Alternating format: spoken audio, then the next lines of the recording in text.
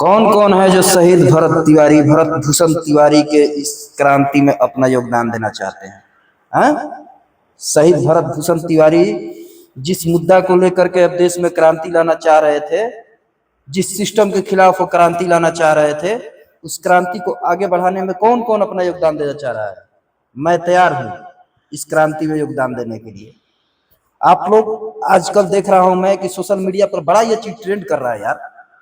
Social media पर बड़े लोग मुद्दा बना करके बोल रहे हैं भरत भूषण तिवारी जी को लेकर के, लेकिन क्या उनका मुद्दा जो है आप लोग इसी प्रकार से आगे बढ़ाएंगे?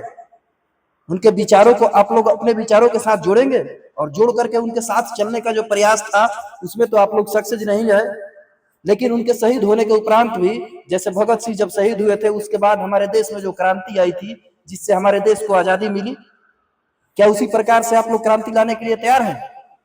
यदि क्रांति लाने के लिए तैयार है तो आप सभी तमाम युवाओं को फिर से एकत्रित होना होगा और एकत्रित होकर के हमारे देश में युवाओं के द्वारा लाई हुई इस क्रांति को आगे निरंतर बढ़ाते रहना होगा।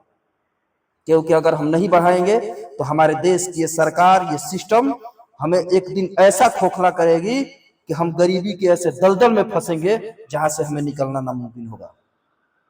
क्यों? इसलिए निकलना नामुमकिन होगा कि हम गरीब मजदूर के घर में जन्म लेने वाले बच्चे लेबर और मजदूर ही जन्म लेंगे और राजनेताओं के घर में जन्म लेने वाले बच्चे नेता और हमारे राजा बनेंगे। क्या इस सिस्टम के समान साथ में आप लोग चलना चाह रहे हैं या फिर इससे अलग हटना चाह रहे हैं? यदि अलग हटना चाह रहे हैं तो भरत भूषण तिवारी भैया का जो ये क्रांति था इसे आगे बढ़ाइए। और हाँ, एक बात और है, आशुतोष जी, भूमिहार ब्राह्मण समाज के आप नेता बन रहे थे और नेता बन करके क्या बयानबाजी किया आप कि गैर लाइसेंसी हथियार प्रशासन को दिखाया गया? कहां दिखाया गया? क्यों दिखाया गया? ये आप जानने का प्रयास किए? अरे प्रशासन को तो वो हथियार दिखाना ही नहीं चाहते थे, वो तो चाहते थे कि हमारा काम जो है शांतिपूर्वक हो जाए। पहले वो शांति का भीख मांग रहे थे ना, युद्ध कहां छेड़ना चाह रहे थे वो तो केवल गांव का विकास मांग रहे थे, जवैया गांव का एक विकास मांग रहे थे। लेकिन हमारी सरकार, हमारा ये सिस्टम उसे भी देने के लिए तैयार नहीं था।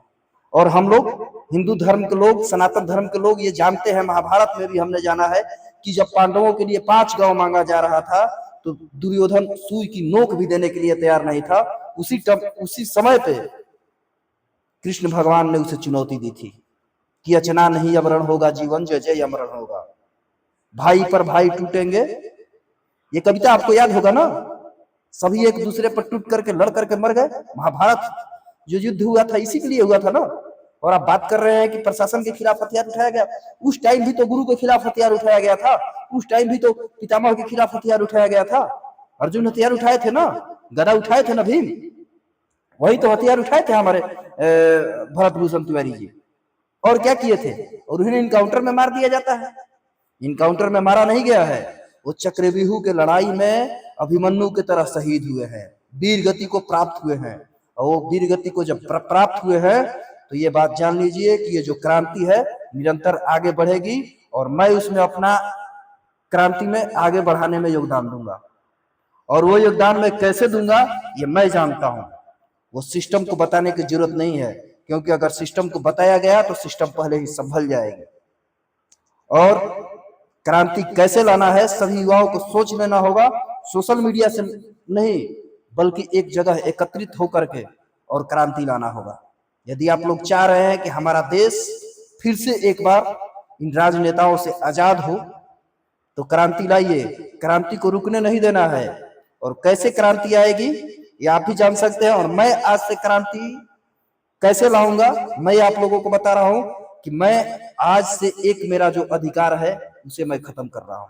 मैं अपने देश में जो होने वाला लोकतंत्र का सबसे बड़ा त्योहार मनाने जाने वाला जो चुनाव होता है, उस चुनाव में ताजीवन जब तक अच्छे नेता नहीं मिलेंगे तब तक मैं अपना मताधिकार नहीं दूंगा। तब तक मैं अपने मत का अधिकार किसी को नहीं दूंगा, चाहे वो नोटा हो या कुछ भी हो, चाहे बीजेपी हो या कांग्रेस हो या कोई भी राजनीतिक पार्टी हो, मैं किसी को अपना मत का अधिकार नहीं दूंगा।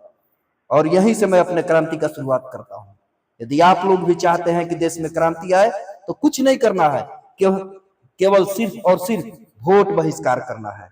वोट बहिष्कार करिए, उसी के द्वारा देश में क्रांति आएगी। क्योंकि प्रशासन के खिलाफ हम लड़ेंगे तो प्रशासन में जाने वाले लोग भी तो हमारे अपने हैं। और इसके अलावा अगले वीडियो में मैं आप लोगों को बताऊंगा देश में कैसे क्रांति आएगी। चलिए, धन्यवाद।